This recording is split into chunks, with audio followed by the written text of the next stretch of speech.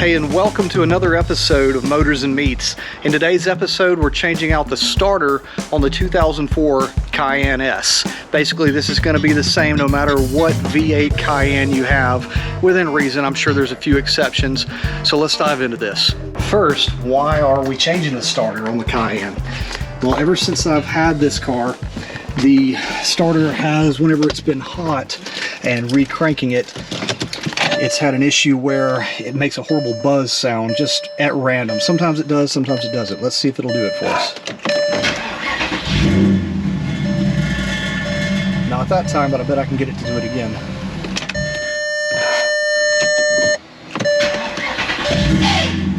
There you go. That sound, pretty gross. And for the most part, all it is embarrassing. I know that it means that the starter was definitely going to need to be changed out eventually, and I've just been putting it off for a while. Twice now in the last week's time, the starter has not wanted to turn over. It's getting plenty of power from the battery, and it's just another sign that the starter is failing. This one, though, is the kind that can leave you stranded and not just leave you embarrassed. So it was time. I went ahead and ordered one, AutoZone, nothing special. And the first thing that we have to do is to take the battery out, which if you watched my video on the 5 things that I absolutely hate about this Cayenne, one of those things was that the battery is located underneath this seat. So we've got to get the seat out. So I'll show you how to do that first. Stopping right there, I just realized that to get to the negative battery terminal, which is right here, all that we have to take off was this front plastic piece, just like this one that goes right here. And it's right there. So we're gonna take that loose, and then problem is temporarily solved. We'll put it back together. You don't have to take the seat off. You don't. So that's really good news. I kind of like doing these sort of things, trial and error, because that way you know it's real. Put away your triple squares, get out a 13 mil. And that should just come off. Oh, making sparks, that's great.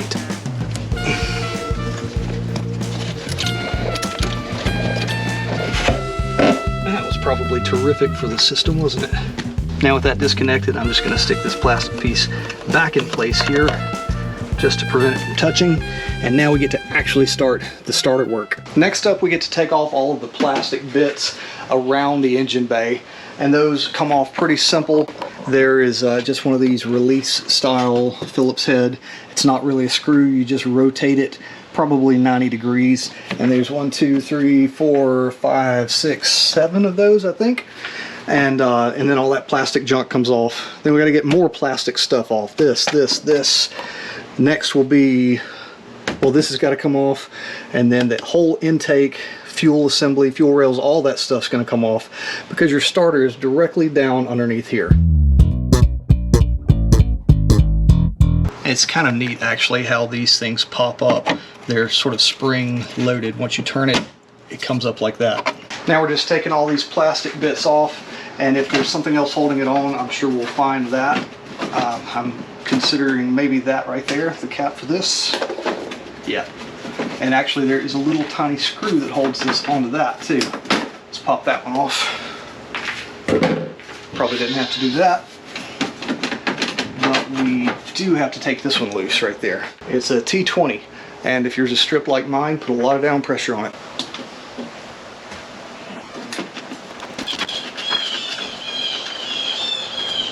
Not too bad, not too bad. Here we go. Yeah, that comes right out now. Nothing to it. Just, you know, be careful not to break these. I'm sure it's not easy to find replacements. This one looks like it should be next. Yep, get it out. I do see a couple of extra holes, like maybe a previous owner did not put those pop-out little fasteners back in here, but that's definitely what that was for. And that comes right out. And then last will be these that just sort of slot in there. And this is all pretty intuitive, I guess, the way they go together, like puzzle pieces. I'm going to put this cap back on here. Actually, I'm going to put this screw back in first so that I don't lose it. And then I'm going to put the cap in.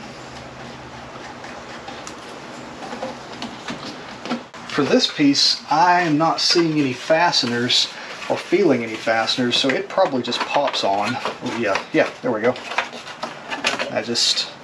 Yeah, it's got a couple of these little plug-in type things that go into these little rubber holes here. This part can trip you up a little bit, and that's these screws right here. Let me get in close for you. All right, you see this fastener right here and right here.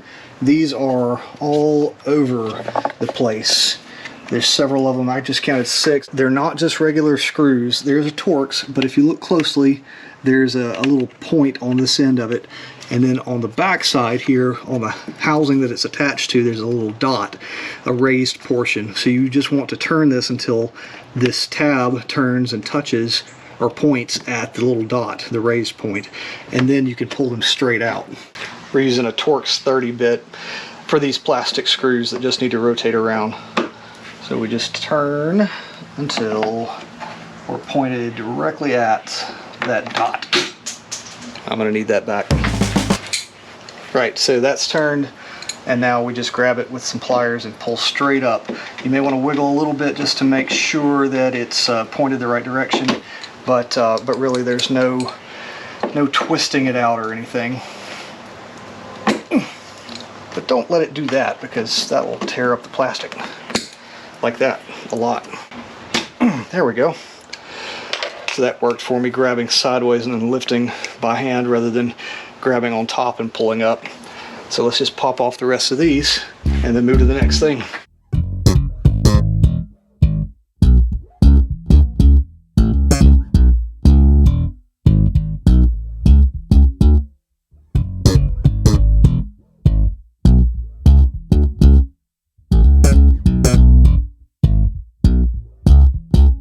This one here, you'll notice it's got this plug right above it, which has got a squeeze tab here on top of it. You just squeeze that and the one underneath it, and then this whole piece comes off. But again, easier said than done. So yeah, squeeze on that and work on it till it comes off. Then you'll be able to take this one off.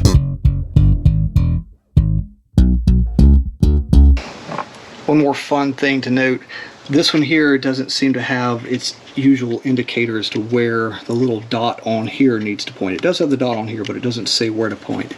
So if you look at this, this one here, right where the indicator is, you see the cylinder has got this square spot right here, and that's where that key sort of slides down into. So for this one, same thing applies. We're just going to point it directly at the squared off part and then slide it up through that.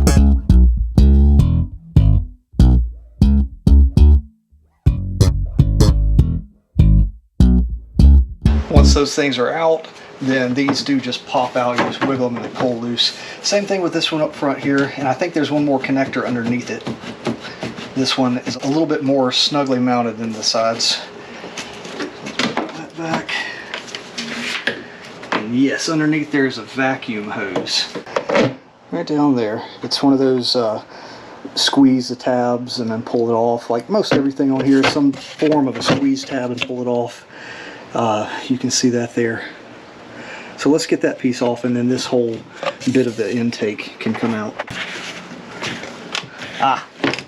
It has 2 little tabs right here, 2 little buttons to push. So we push that.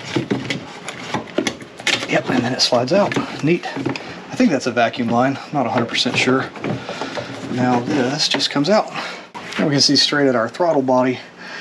And we've got to start taking loose these vacuum hoses here, because all of this has got to come out. Start out with these. I'm familiar with these. These look like what is on the 911. It's the kind of squeeze thing I was expecting to see underneath here, but that was new to me. So these, you squeeze that, and it's got an O-ring, and all of that seals off vacuum wise right there. And now we need to figure out how to get the rest of them. It looks like these are underneath this cover, so we're going to have to go ahead and get rid of our secondary air pumps, or at least get them loose, and then pull off these plastic bits.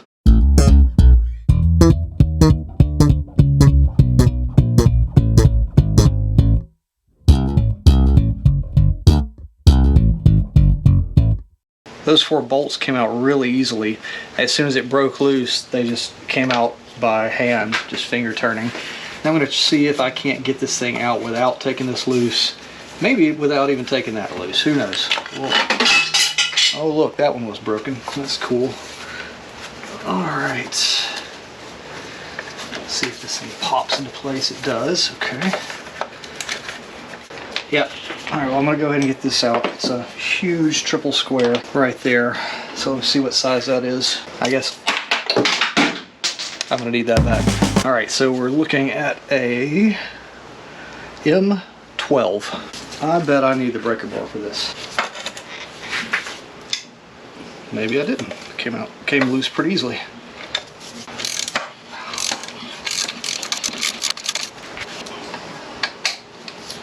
Oh, you have to hold it back. Never mind. I wasn't doing anything. 16 mil on that side.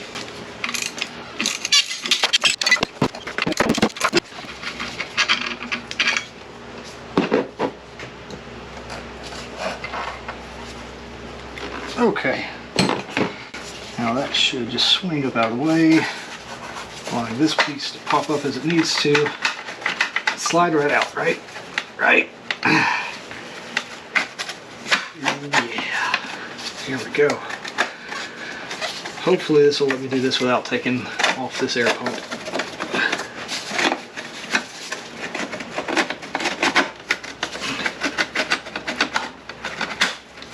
Yeah, there we go. Of course, that may have only happened because my back one was broken off. Looks like somebody tried to put it back on with some kind of epoxy or something.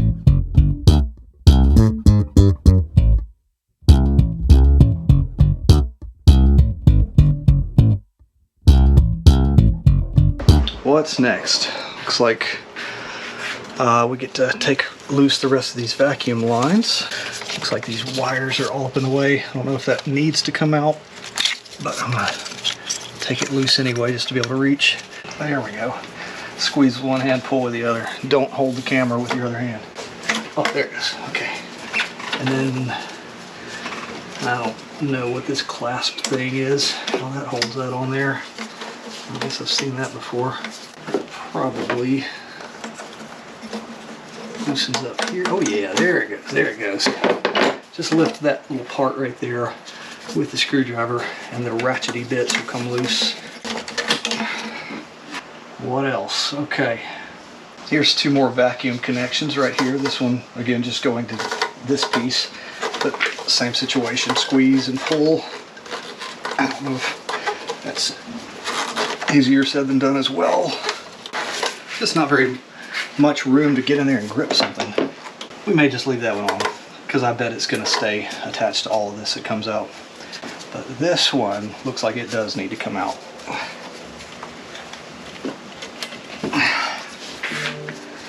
I'm going to try to pry up on the bottom part of the squeeze thing since I can't get a finger in there. Hopefully that doesn't break anything. I hate vacuum work. There it comes though. There we go. There we go. Probably ought to go ahead and pull this little clip out too. That probably would have helped things. Yep, that just pops loose.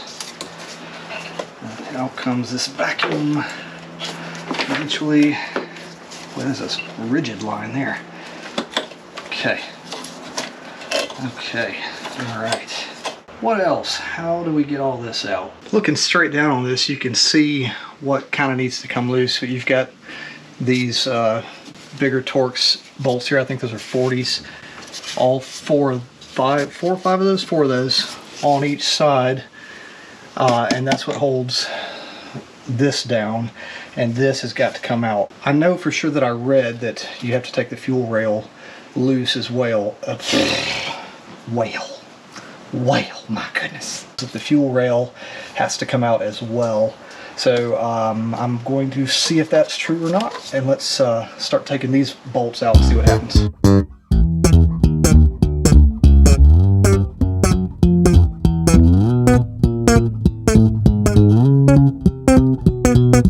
Let's just go ahead and take this off so I'll actually have room to be able to get a socket back down there onto that last T40.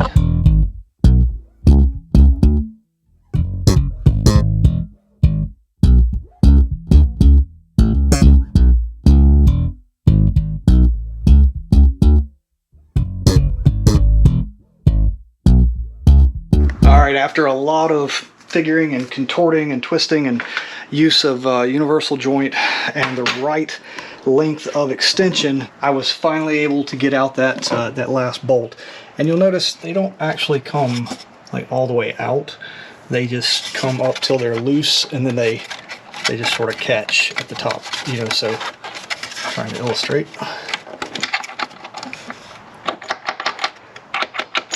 Like that.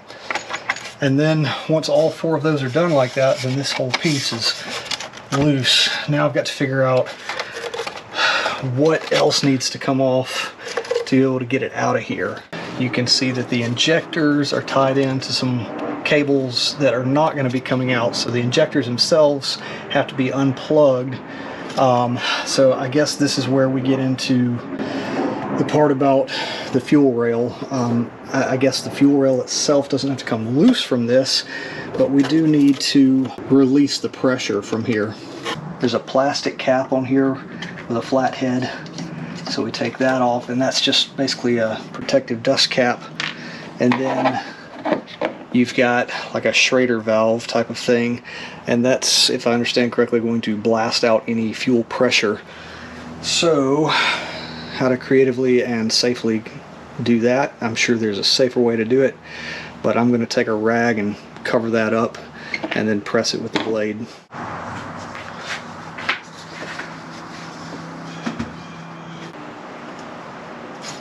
There we go. Oh, not much at all came out. That's good, that's good. Yeah, I don't know if that's common to only have just a tiny little squirt. But yeah, just the tiniest little mist of gas came out of there. So now we just need to come in here and pop these things off. These are very similar to the way a lot of the plugs on the 911 work, so I know about these. There's a metal spring-loaded thing that you push in, and then you wiggle and pull. Now you can see this. You have to push that, and that releases it. And we just need to go through here and do this on all of the injectors.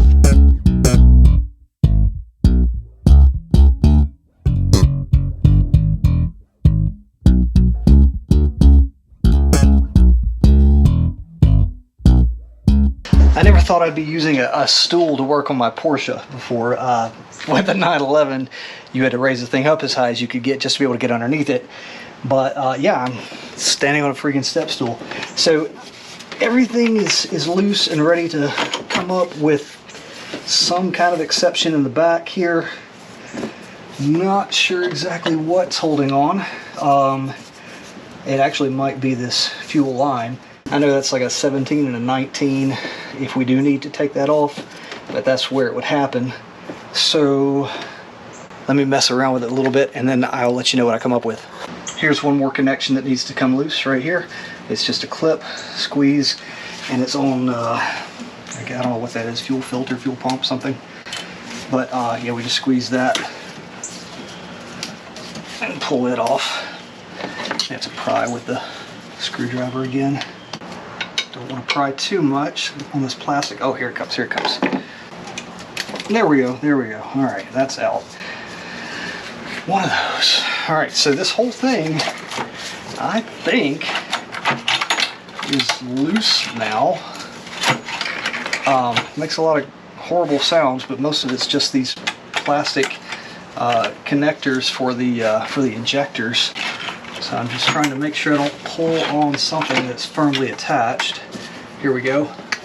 Here's something that's clipped on back here. It's like some kind of fuel hose or something in a clip right there. See, this is going on to this rail right here, so I need to pull that off. Okay.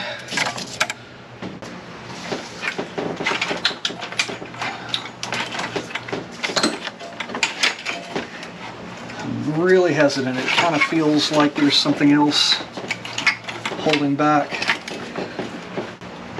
But the good news is I can see the starter underneath here. I wonder how much fun this is going to be to put back on here. I think I need to go ahead and pull off the fuel line. Yeah, 19. 19 goes there, 17 goes here. Put my rag down here to catch any gas that may drip. Before you start pulling this thing out too, make sure you don't have any leaves or other kind of junk in here that might fall down into the head. That would probably not be good.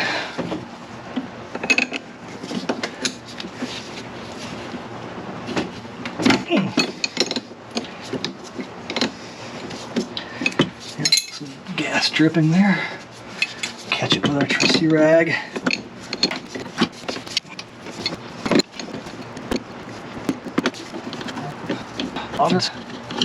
There we go. Okay. Right. Fuel line is removed. One more thing, maybe. Let's come around to the back side and look. Yes. Okay. Yeah, I think we just have the one more thing right there that needs to be squeezed. Yeah, there's a button right there. Where's it at? There's a button right here, and there's one just like it on the opposite side, and we squeeze that and pull it loose. There we go, there we go. Squeezed with both of these hands like pliers. Put this one underneath to lift it up. Now, I really think that I've got everything loose. Oh yeah. Whoop, whoop, whoop. One more attached. Good gracious. This is what we're trying to take loose. It does have some kind of squeeze clamp fitting that's being a real pain in the butt. So instead, let's just follow this hose around. Comes down to here, all the way up front to here. And the other end of this is loose already. That's vacuum related stuff. So I need to see if I can get this off of there. And it looks like that's like a rubber fitting over just squeezed on over a metal clip. I think it is. Oh yeah, that's just wiggling right off. Nice. Okay, that's now loose. I'm just going to stick that out of the way. Hopefully now this thing will just come right out. Am I still attached anywhere? Am I still attached back there? Oh my goodness. Well, do I need to get rid of it? I don't know. I think I'm just going to set this over here, because now there's the starter down there. Thank goodness. And I have a lot of crap. Oh my goodness, this leaf went into the intake. Hopefully I didn't break off too much of it. Yeah. Oh, that's some nasty stuff in there. Do not want that. Ugh. I'm gonna plug these holes and then vacuum all of these nutshells and leaf pieces up. But hey, look, there's our starter. And there is a little short video that's going to show us how to get this starter out from here without removing these cooling pipes.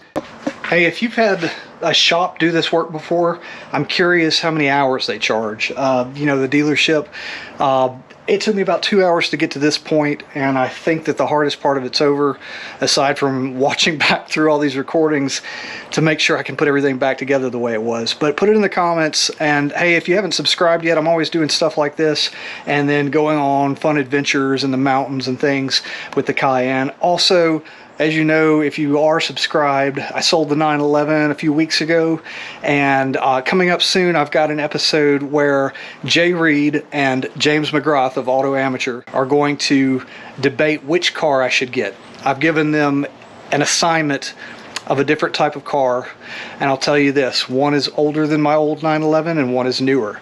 So that's as much as I can give away right now, but stay tuned for that. All clean. Now it's just time to take loose the bolts that hold the starter on, and then we'll follow the steps from that YouTube short. Rotate, pivot, slide, shimmy, shimmy, pull out. Looks like it should work okay. Now I just gotta find where the bolts are. So there's a nut and 2 bolts that need to come out. You've got this 13 mil there that holds that wire on, and then you've got a couple of 14, I think it's 14 millimeter reverse Torx. Guess what I don't have? Hopefully I'm not about to regret this, but an 11 millimeter socket, regular socket, does seem to fit on whatever size that Torx was. Have I got stuff all over my face again? Using the U-joint and an extension and a breaker bar. It worked, heck yeah. Alright, so that one's loose. And then the other one is tucked down deep underneath there. I took a video on the phone, maybe this will show a little bit, but it's down this way. I'm going to try to brace this socket with a screwdriver while I slide it in place. Basically working by feel rather than by sight. Still using the U-joint. Oh, we got it. Just mess around with it till it gets on there. That's hilarious. Now, stick the breaker bar back on, snap it loose, and then we'll finish up with the ratchet. Alright, I got those two bolts out. Lots of twisting and bending and hoping it lands, but it did eventually land on it. Again, the 11mm socket works just fine on whatever that inverted Torx thing is. I don't know what size that was supposed to be, but that one worked. So the starter's still in here and it's loose. I can grab it and wiggle it. I think it's just kind of being held on by the flywheel, so I'm going to snatch on that for a minute and see if I can't get it to come out. So I'm pulling up and, I'm shaking up and down with my right hand, and I'm trying to pull this direction with my left hand. We gotta get it loose from here before we can do any of the other tricks about getting this thing out of here. Okay, there it goes. It is now loose. Alright, just like he says in the video, pull it towards you, rotate it right, kick it up, and you got to get it up where it's nearly vertical, like I've got it here, because next you've got to be able to get this end up over the top of the coolant pipe so it'll rotate, and then it should come out after some wiggling.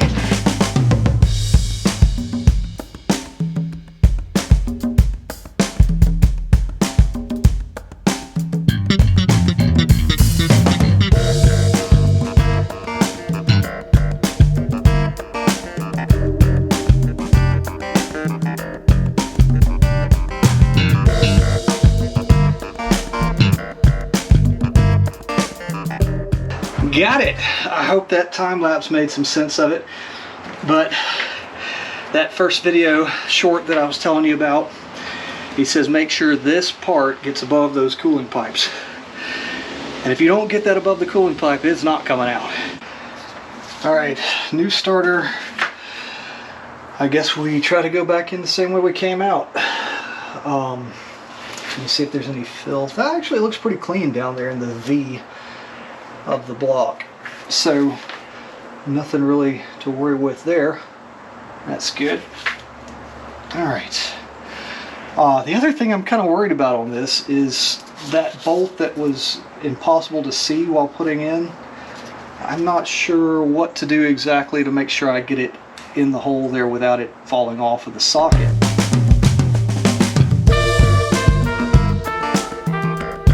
Okay, that was crazy. I just kept scooching and scooching and scooching with it in that same position, just that one part right here, barely up and over this coolant pipe.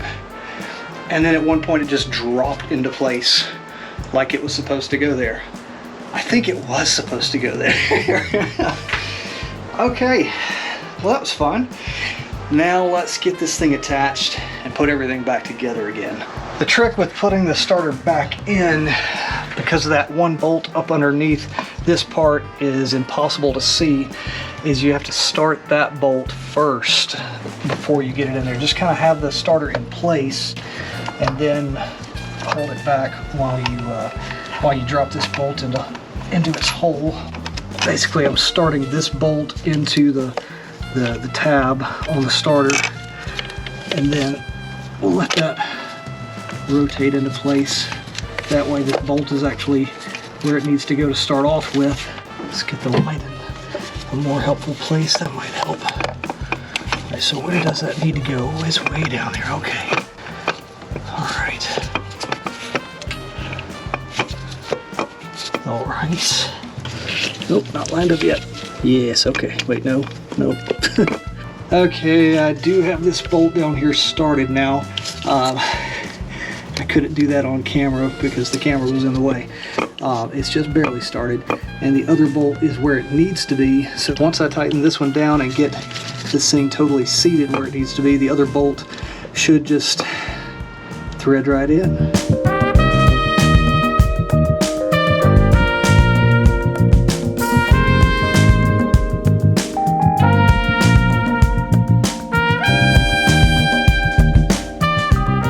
All I can tell you on getting the socket on there is get as best of a line of sight as you can and just go stabbing and twisting until you finally get this thing on here. Once you get it on there though, it's just a matter of tightening it down. So I'm gonna tighten that down, hook the starter back up, and then we will just time-lapse putting all this back together again. And if something interesting shows up that I need to comment on for putting it back together, I'll definitely stop and let you know.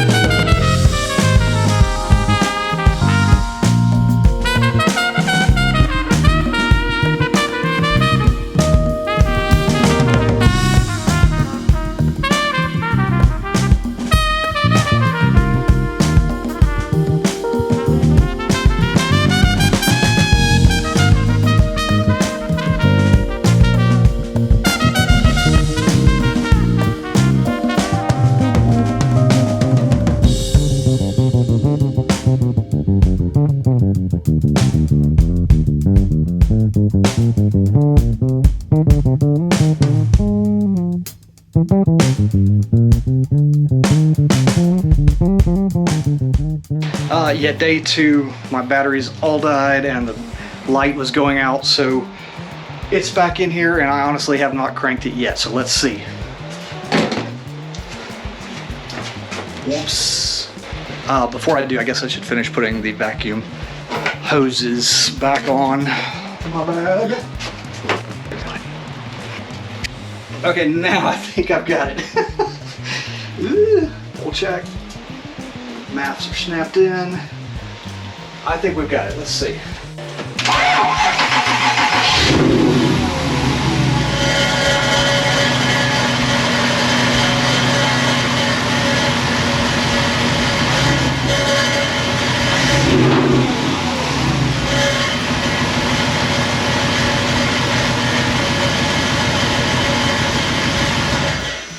Disregard the rattly exhaust. I have yet to do anything with that since I cut the mufflers off, and now they rattle on cold start. So anyway, yeah, that starter trick worked. Make sure you take a look at all of the different videos out there, not just this one. I know I looked at about 5 or 6 different videos myself. It's always good to have another perspective though. Thanks again for watching, and we'll see you guys on the next one.